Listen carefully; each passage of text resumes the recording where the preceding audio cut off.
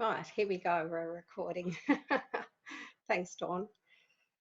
Hey, everyone. Hey, Glenn. Hey, Yolanda. Hello, everyone that's watching this. I'm recording this for my YouTube, and it's also going to be on Awakening Together on YouTube. So wherever you're watching, welcome.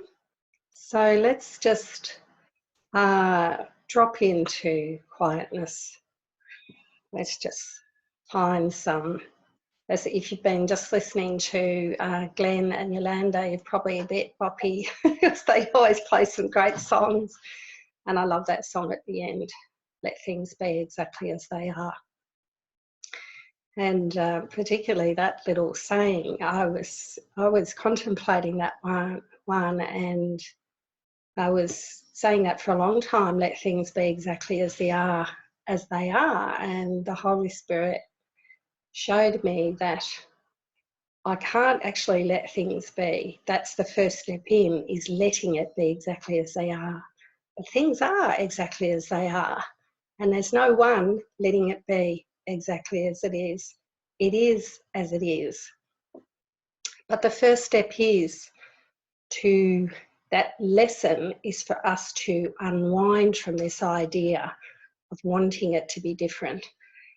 So there's all these beautiful, amazing teachings in A Course in Miracles, like just one little quote, and you can get this really big sort of expanded seeing from it if you really contemplate, join with the Holy Spirit and say, you know, really let me see this. There's all these levels that you can be taken in, and you can be shown lots of like a deepening into these beautiful little quotes and things. Now today I'd like to talk to you about a particular area of the course. It's called the responsibility for sight.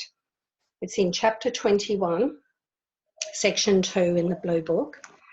And I'll just give you a little bit of a background. I've been doing the rules for decisions with a group of students here in Australia, most of them in Melbourne, but we use a messenger group, and it's titled Rules for Decisions, and there's about 15 students in there, and everyone writes their prayer. And so it was sort of something that I got guided to do. Somebody set up a messenger group and added a few people, and then I saw it, and then the Spirit said, make this group and do rules for decision and get everyone. So it's beautiful because everyone is writing their prayer in the morning. So we've been practicing for over 2.5 months now. So not everyone writes their prayer, but it's literally, your visualization of the day. So part of that rules for decision in chapter 30, originally this idea came from Lisa Natoli, who suggested in one video clip to do it for 30 days. And I did it many years ago, and it was very helpful. And then as a group, it's even more dynamic because you're seeing lots of people committed to doing this and practicing, because rules for decision is about making new habits, and we are in the habit of joining the ego mind and joining those thoughts, the ego false thoughts. We're in the habit of doing that, and Jesus is giving us a very practical way to join with the Holy Spirit rather than the ego. And he's asking us to create new habits. Now, if you know and you've tried to change habits, it takes time. And he says in Rules for Decision that it's going to take some time to change these habits of choosing the ego to choosing the Holy Spirit, and not to beat ourselves up when we decide to join with the ego mind. So always remember there's a decision maker, there's the ego thought system, and there's the Holy Spirit's thought system. So you're not, there is a way out, because there's a way to choose another mind to live your life from. You don't have to choose. The ego says the ego will always speak first, but when you awaken the Holy Spirit, you'll only hear the Holy Spirit, and if the ego tries to get a little leg in, you'll just laugh at it. It's laughable. So today, with this responsibility for sight, so when I've been doing the rules for decision with the group, I was then reading this section for responsibility for sight, and then I went to sleep that night. And during the night, the Holy Spirit or Jesus, I mean, they're all one thing now. They're just like this massive guide in our mind. The words from the responsibility for sight came across in my mind while I was asleep, and the word happen was bolded in my mind, and then I was shown the actual words in Rules for Decision where he talks about where the word happen is in the text of that, and that was bolded. And then I was sort of given this really deep understanding of how these two areas work together. I mean, I've been given so many over since the awakening. It's like you awaken to a knowledge, which is an understanding of how the Course in Miracles is a holographic teaching, and everything works together. So sort of how all the lessons are joined together, like how they all integrate. So my mind at the moment, I think, is about 90% clear on all the ways the Course links together, and I'm still asking the Holy Spirit for a clear. So my purpose for this particular lifetime is to have the mind that wrote the Course. So I've just dedicated my whole life to have the Christ mind, which would be able to write that Course, write every word, know it, be able to express it that way. So because of that dedication, everything is like my mind gets illuminated. I get areas of the Course get poured into my mind and shown how they link together. So today I'm going to give a talk, and I'm going to try and do the best job I can. I'm going to allow the Holy Spirit to speak through me in illuminating this, how I was shown how all this works together. And I hope you can join with me and listen with. So it's important as you listen to this to first of all really quieten your mind so that this can really come through, because a lot of the time for new students, when they're reading the Course, it feels like gobbledygook, and it did to me. But now it's absolutely clear what I understand. It's a knowing of exactly what he's talking about. So there is a way, if you persist and are committed and devoted, you will get this clear understanding of what he's pointing to, and you will have the peace of God, the peace of mind that he's sharing. So this area of responsibility for sight, I'm going to be reading from it, and I'm going to do my best to highlight how when I've heard people read this and misinterpret it, so I'm going to try to give the right interpretation of it. I've decided I'm not going to talk about the wrong interpretation. I'm going to only talk about the right interpretation today. Okay, so it's, as I said, chapter 21, section 2, the responsibility for sight. Now I'm going to start reading from paragraph 2. This is the only thing you need do for vision, happiness, release from pain, and the complete escape from sin, all to be given you.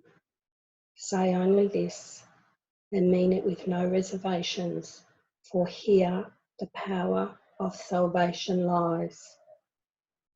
I am responsible for what I see. I choose the feelings I experience, and I decide upon the goal I would achieve. And everything that seems to happen to me, I ask for and receive as I have asked. Now, in that little, that's in italics, that little section, there's 3 sentences there. So what he's saying, if we can mean this with no reservation and understand what this teaching's pointing to, we will have happiness, release from all pain, and the complete escape from sin, which was just, error, the ego mind. So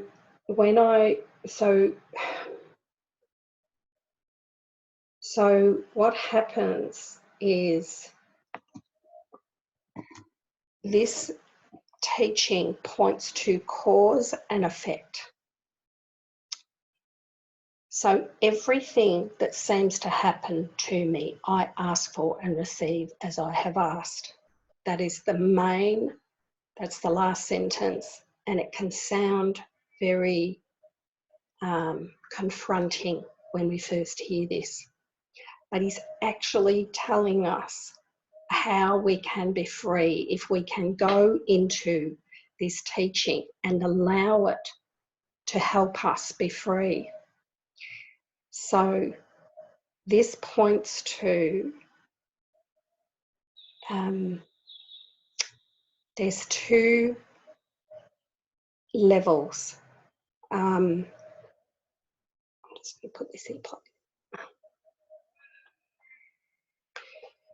Now, the first, I'm going to call it level, but don't get confused with the levels of mind. This is other levels, so I'm just going to call it levels just for this bit of a teaching.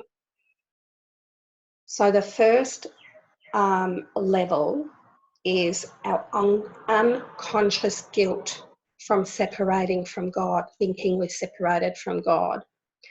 This unconscious guilt in our mind is unconscious, so we're not aware of it. We have got no awareness of our unconscious guilt. So we have to come to understand that there is something in our unconscious. There is this unconscious guilt that we're unaware of, that we have got no awareness of it.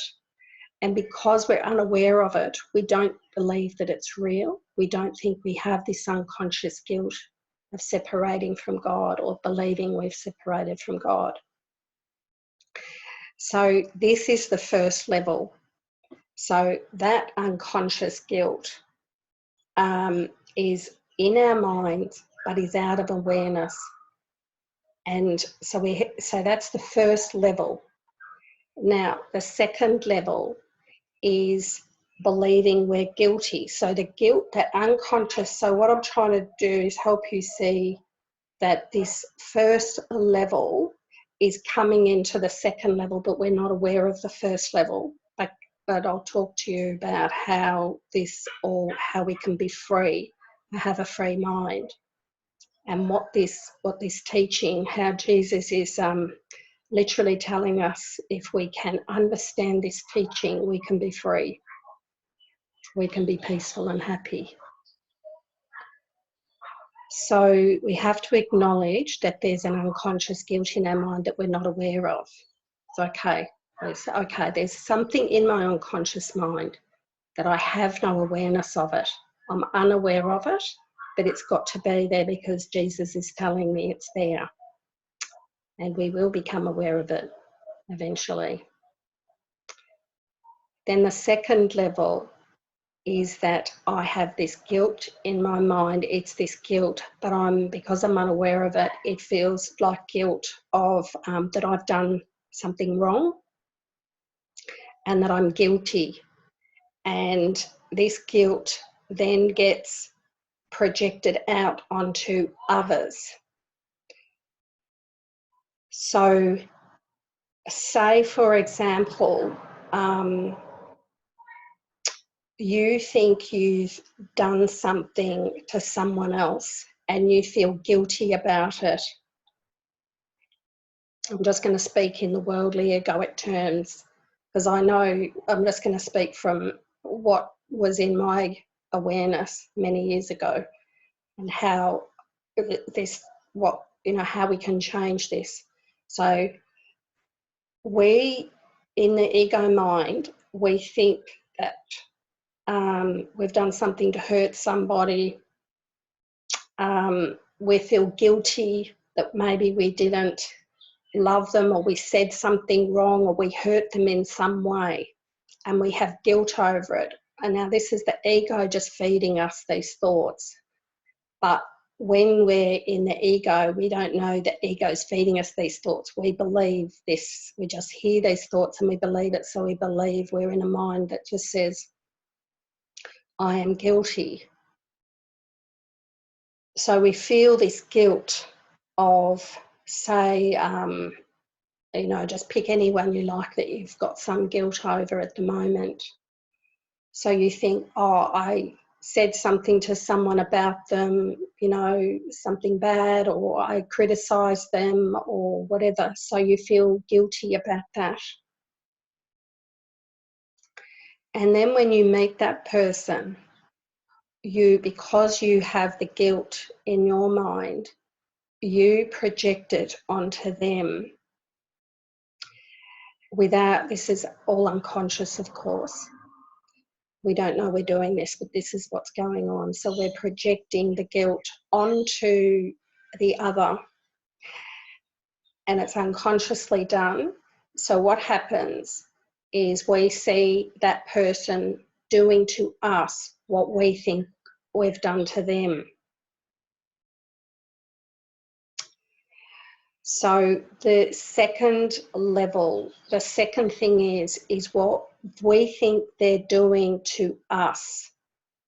Now, what we think we've done to them, that guilt, we don't understand that first bit, what we think we've done to them, we don't realise that it's the cause of what we think they're doing to us. We're only aware of the second part of what we think they're doing to us.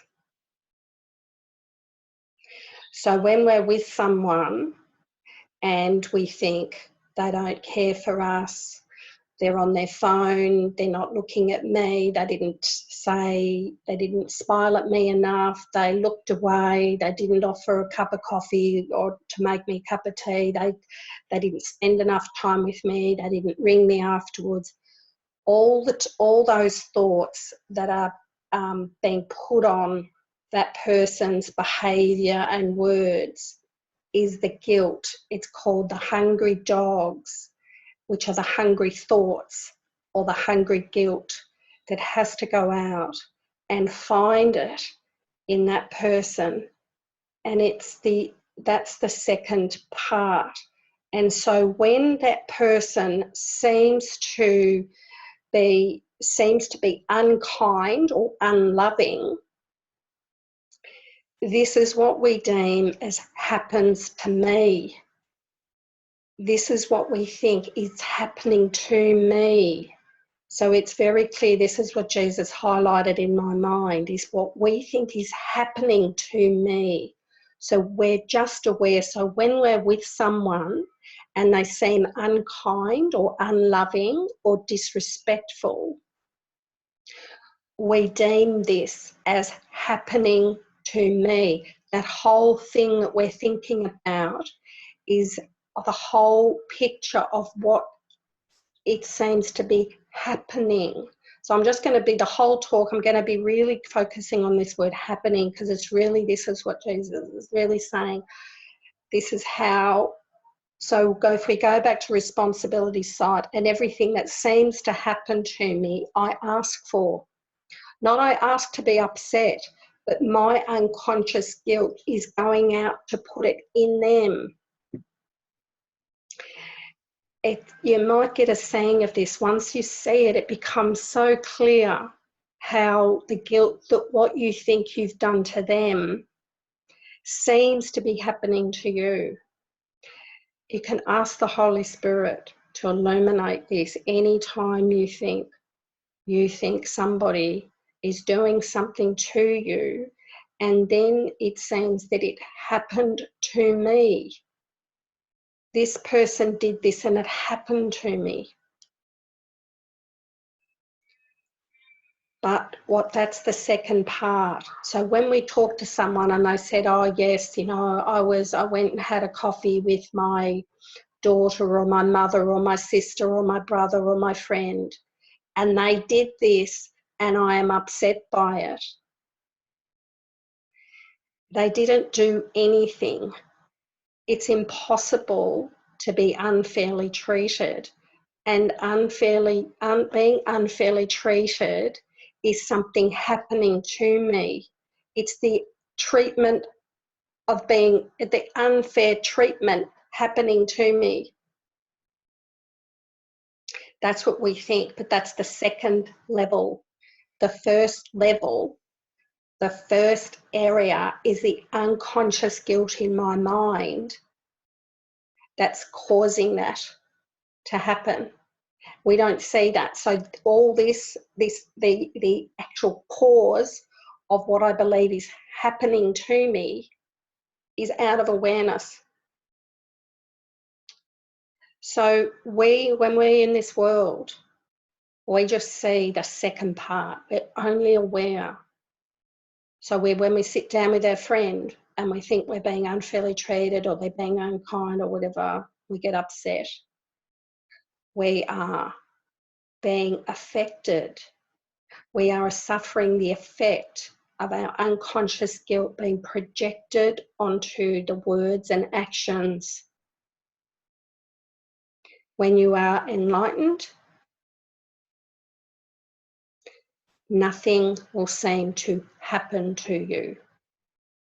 There's some enlightened mind said, you see, I don't mind what happens to me. But really, nothing can happen to you when you're enlightened, because you're guilt. So he says in the Course that of all the things you think is the cause of your problems, you would never think it is your guilt.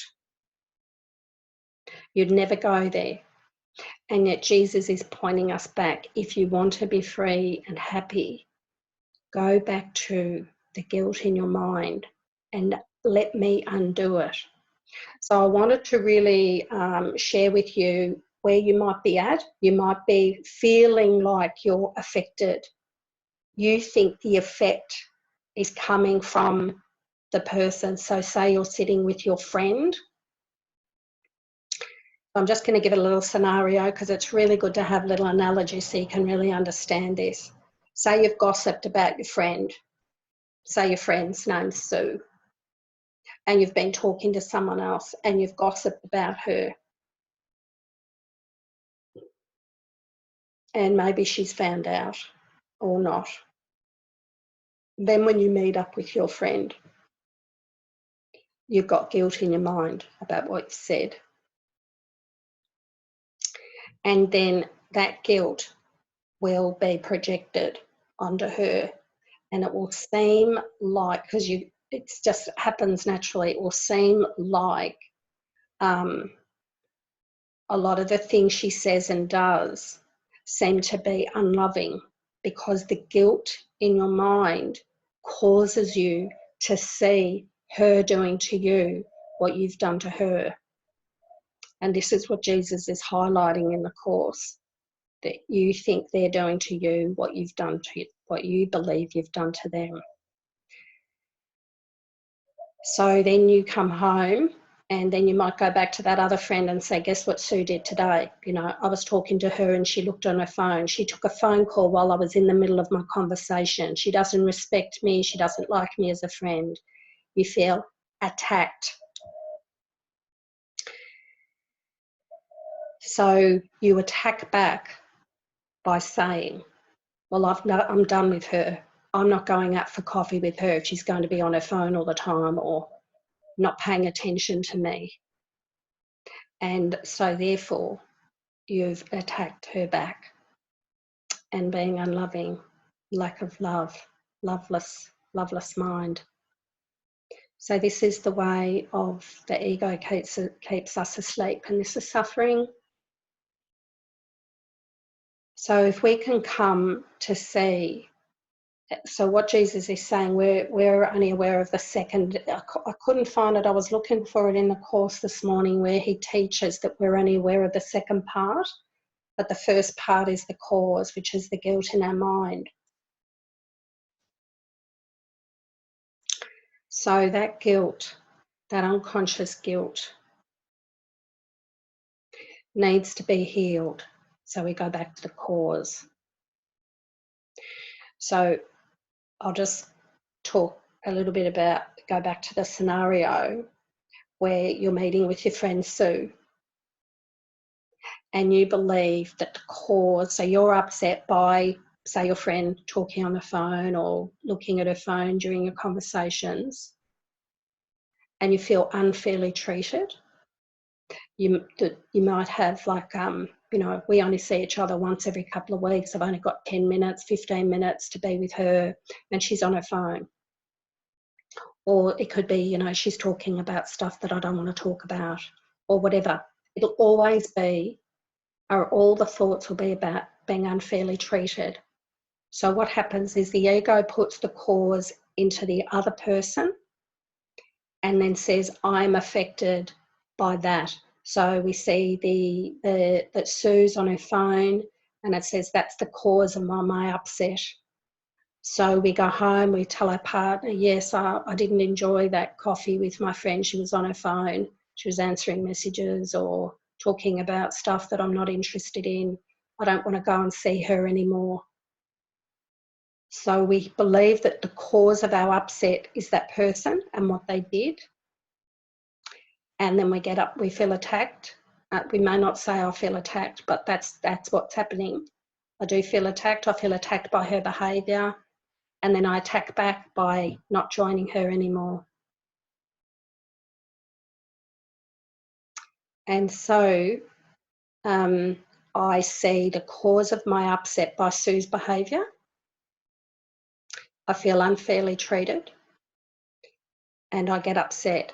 So when I come home to talk to somebody about what happened to me, you see, this is what we believe is happening. I believe that it happened to me. So when I come home to talk to my partner, I believe the cause of my upset is in their behaviour and what they did. And I believe the effect is my upset. So I'm upset by a cause.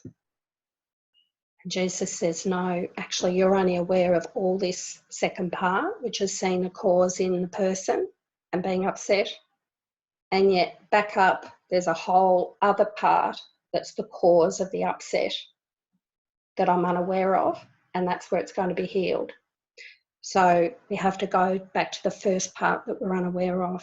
So whenever we get upset, go back to the cause is the guilt in my mind, and it's finding it in that friend or family member or whoever.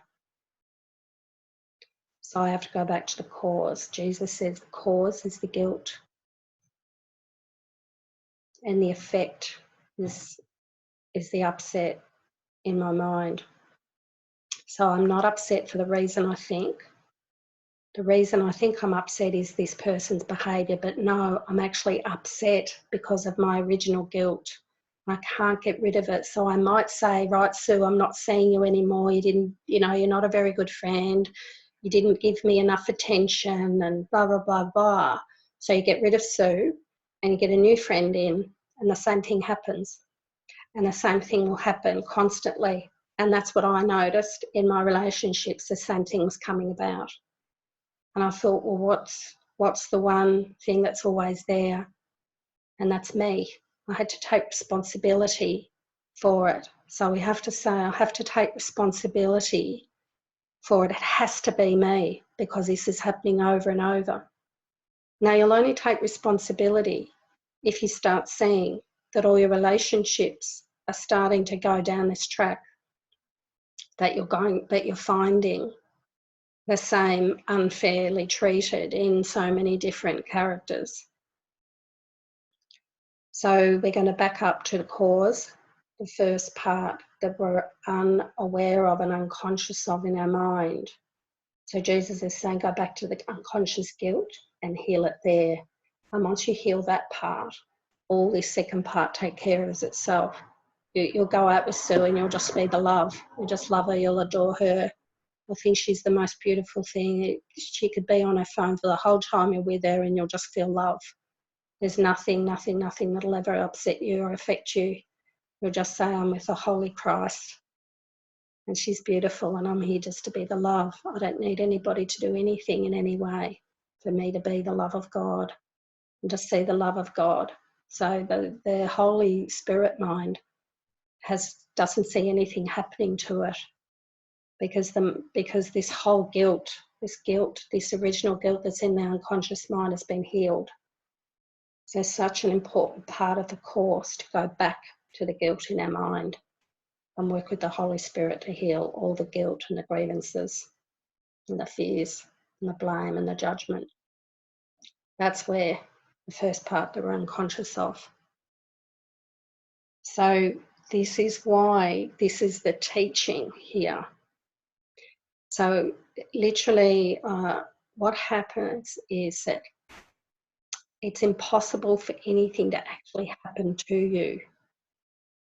And nothing is ever happening to you. This is in truth. Nothing can happen to you.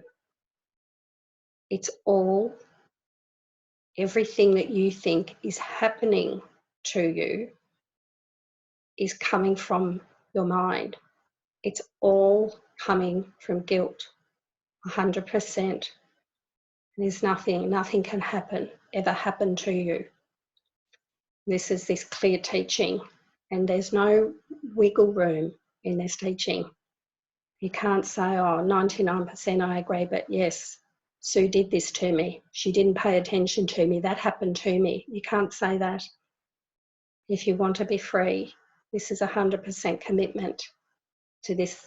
I seem to be upset. We don't deny we're upset.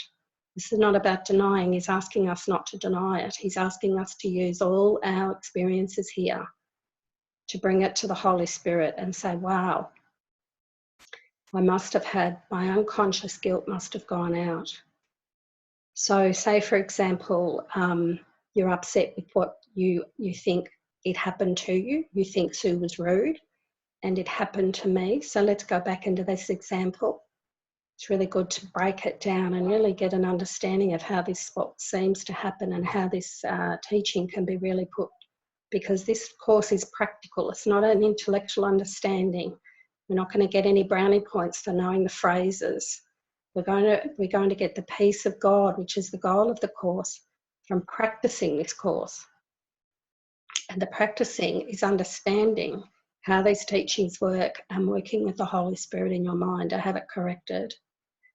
So we forget about helping anyone else or teaching anyone else. We work with accepting the atonement for myself. It's 100% devotion and commitment to having all the guilt cleared up in my mind. So we're unaware of this first section, and the second section is the guilt. So we go back to being with Sue, and we think that Sue did this to me and this happened to me, and that's unforgiveness. And that's like, in what is forgiveness in the course, it says, you know, in an unforgiving mind it's held tight. So when you go home and you tell someone about how rude the person was that you were sitting with or you're with, or what they did to you and it happened to me, you may not say this happened to me, but that's what you're really saying. The mind is tight. There's no room. There's no bit of light that can get in. He says it's like a steel trap. There's no light to get in. So when we sit later on, so the best thing you can do is not talk about it, even if you feel upset. So you go out with Sue, you feel upset, you think, oh, I really feel like this happened to me, I really feel like she was rude. You don't deny it. Don't go and talk don't go and talk to anyone about it to prove you're right. That's just giving the ego more traction.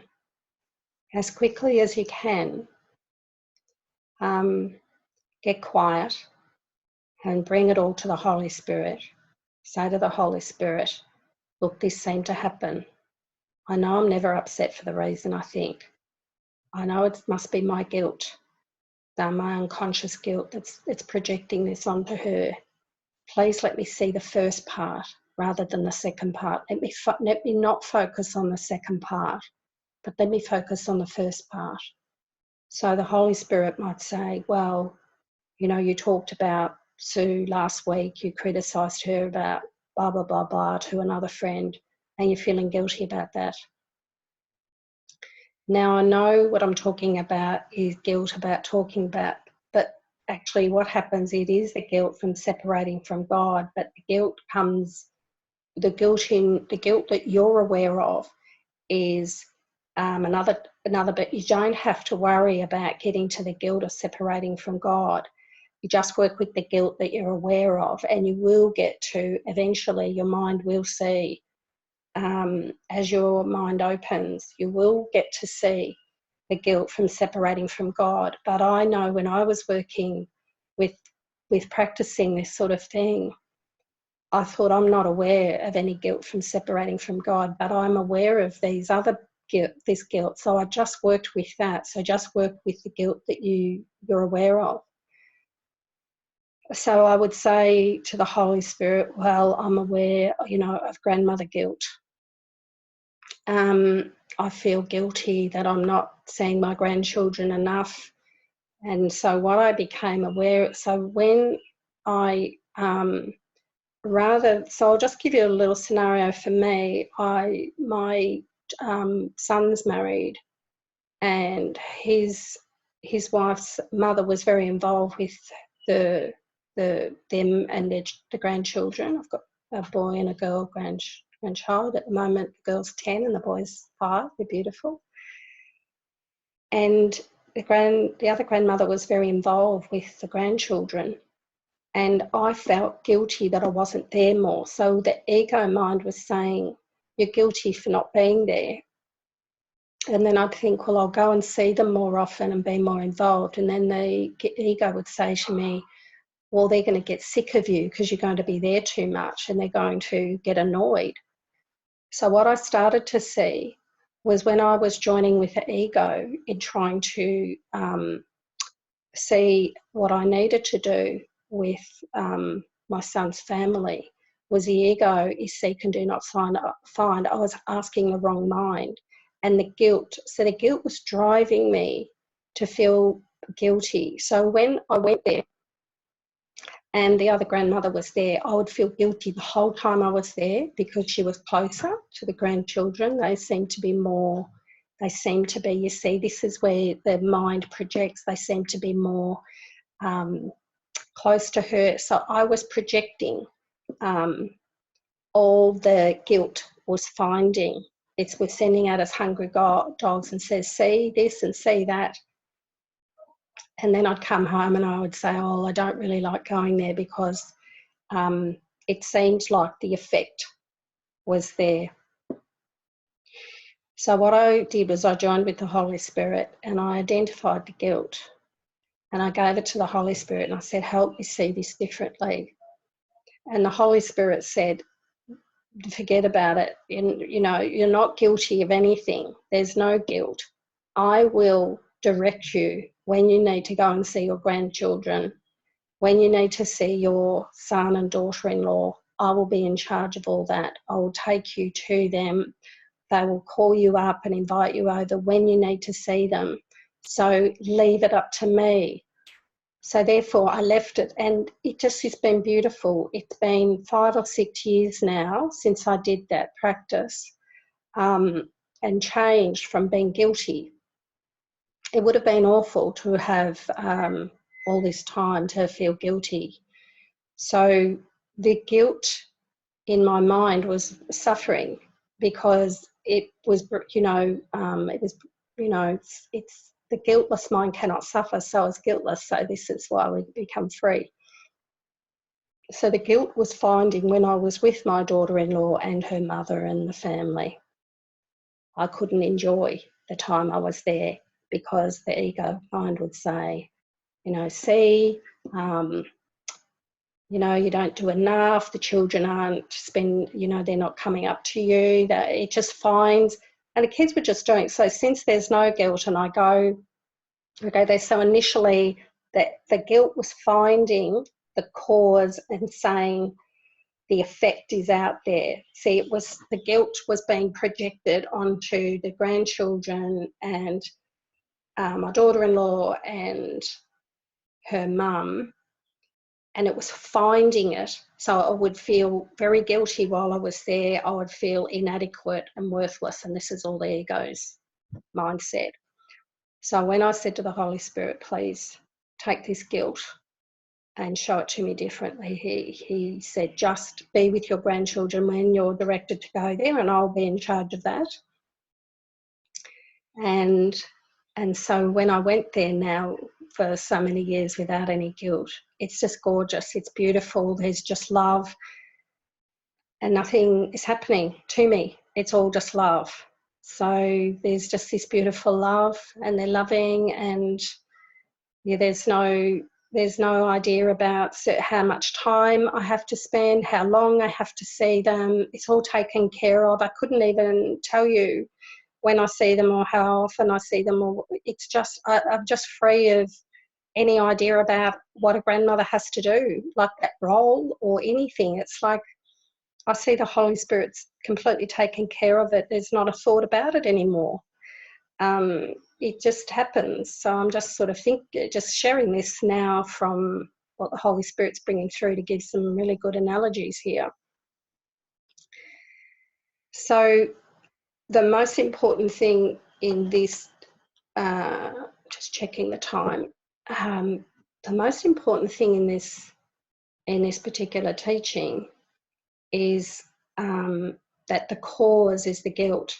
We have to understand that, so we have to go to the cause. So we have to see that we think the cause is the person's behaviour and the effect is me getting upset. But actually, if we go to the cause, we're going to be undoing the true cause, which is the guilt in our mind.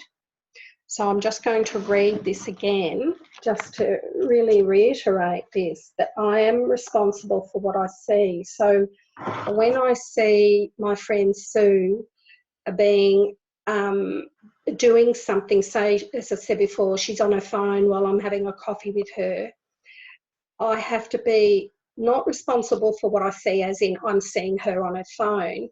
He's talking about the interpretation I'm putting on her words and actions and her body movements. I choose the feelings I experience and I decide upon the goal I would achieve. So he's talking about this unconscious guilt is so horrible, it has to be projected out. So this is what every mind's doing. It's projecting out the guilt onto the other character. It's constantly doing it. It's not aware of the first part. So everywhere you go, you'll see everyone projecting onto everyone else, saying that the cause of my upset was what they did or what they said. And this is, he's saying, if you can get this responsibility, so we have to take responsibility for it. Otherwise, we're just in this whole being upset. They did this, they were on their phone, I got upset, they shouldn't do that. We're not taking responsibility. So he's asking us to step in and saying, I'm responsible for being upset. I have to take responsibility, and therefore take that to the Holy Spirit and say, can you heal this for me? I believe that the cause was outside me, that you're telling me the cause is my guilt. He's going to say, okay, let's have a look at your guilt, what you think you're guilty of, and then give it to me. Help me see this differently. Help me perceive this differently. Now, if you're studying the course and all the beautiful lessons, you know, he tells us over and over again, we're completely guiltless. We're created by love, as love.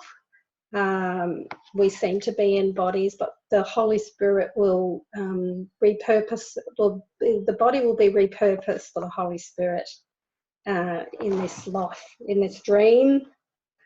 It's if you can see that, you know, we have to come to see that this world has no reality. You will come to see that in the end, when you practice this, you'll come to see that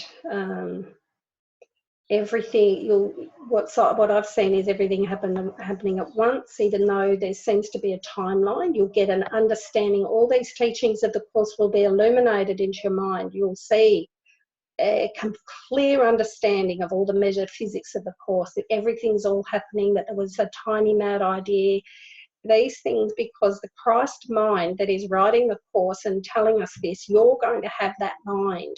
You're going to have the mind that wrote the Course. This is the ultimate, this is where you're going to be, and this is what we're going for, and that's why we're studying the Course. We're going to be able to understand the tiny mad idea. We're going to see where we've had the tiny mad idea. Now, the tiny mad idea didn't happen 2,000 years ago. It's happening right now, because there's only now. What's happening now, it's is when you have an idea, a thought that you're separate from someone, you're having the tiny mad idea, and you're right now. There's just in going through this section again, I wanted to highlight a couple of sentences in chapter 3. It says, actually I'm going to read under the responsibility for sight, the little italics there. Deceive yourself no longer that you are helpless in the face of what is done to you. See, this is this area of done to you, happening to you.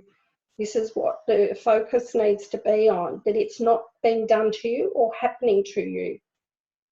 Acknowledge that you have been mistaken, and all effects of your mistakes will disappear. So we have to be responsible. I am responsible for this, and I am mistaken, which is where we go to the Holy Spirit and say, I'm mistaken. Holy Spirit, help me see this differently. It is impossible the Son of God be merely driven by events outside of him. It's impossible. This is what he's saying. Like, once you get this, it's impossible to be at the effect of anybody doing anything. It's impossible. And if you think you're at the effect of somebody doing or saying or going or holding their phone or speaking or whatever, you are deluded. It is your guilt that's finding it. It's the guilt, the hungry dogs, the hungry thoughts that need to have a character seemingly outside of you to think that it's happening to you. So this is Jesus, the Christ mind. It's impossible for the Son of God to be merely driven by events outside of him. It is impossible that happenings that come to him were not his choice. There's no wiggle room in this. Everything that we think is happening to us, we are the cause. Our mind is the cause. There's no wiggle room in this, not even 0.001%. And if we can take this on board and be responsible and take responsibility, that every time I'm upset and think something's happening to me, then I'm going to get clear, because I'm going to take it to the Holy Spirit and say, hey, this seems to have happened to me. I'm not going to deny it, but I need to go to the Holy Spirit. And the truth is, when you're enlightened or awakened, nothing ever happens to you. You're always in peace. You will see nothing happens. Nothing can affect you, because your mind is clear that no one is doing anything to you. It's impossible to be unfairly treated. It's impossible for anything to happen to you. It's all your guilt going out and finding it in another body, in their actions, in their words. Your mind, your guilt is finding the meaning. Lesson 2, I have given everything all the meaning it has for me. So if you're sitting with a friend and you want to have a good old chat and they're on their phone and you feel unfairly treated, you're giving a meaning to them being on their phone. is impossible. Who you are as a holy son of God, you can't get away from your holiness. Your holiness was given to you. We are holy. We are the holy, holy, holy Son of God. We are the most beautiful, amazing, gorgeous love of God. And nothing any character in this dream does can change that. You cannot change your changeless state. Your changeless state is the beautiful love of God. You were created that way. I am as God created me. God is the most gorgeous love. And we are that. And we have forgotten that. And we are in a whole illusion that I am something that I'm not. I'm the love of God, and I believe that I can change that. All that the ego is an idea that it is possible that things could happen to the Son of God without his will, and thus without the will of his creator. There's another section that says, I'm just aware of the time, but there's another section, there's another area that says that we try to be the Father and not the Son. Now, when we are the Son, we are created by love so we're given all the Course in Miracles, these analogies. It's like teachings. All the Bible's full of stories, but they're teachings about our mind. They're not about bodies. It's all to do with our mind. Our mind is the love of God, and it was created that way. And we have to surrender to that love. We have to embody that love. We have to realize that's what I am. I'm the love of God.